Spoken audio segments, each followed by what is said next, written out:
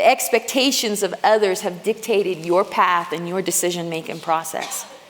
And that's not what God's called you to. He called you to live unto Him, not to live unto anyone else. Amen. Amen. And sometimes this is hard to break. The expectations of others on your life.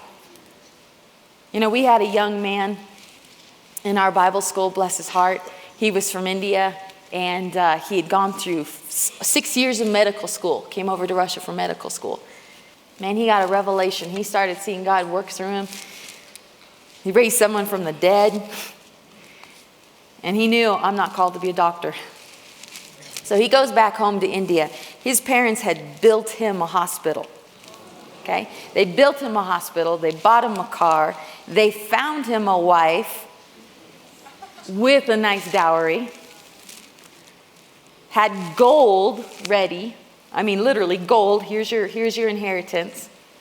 Everything was set, and he turned it down and said, I'm going to go back to Russia, and I'm going to be a full-time missionary. Do you know how hard that is? When other people in there, and they sacrificed to send him to college. They sacrificed to send him.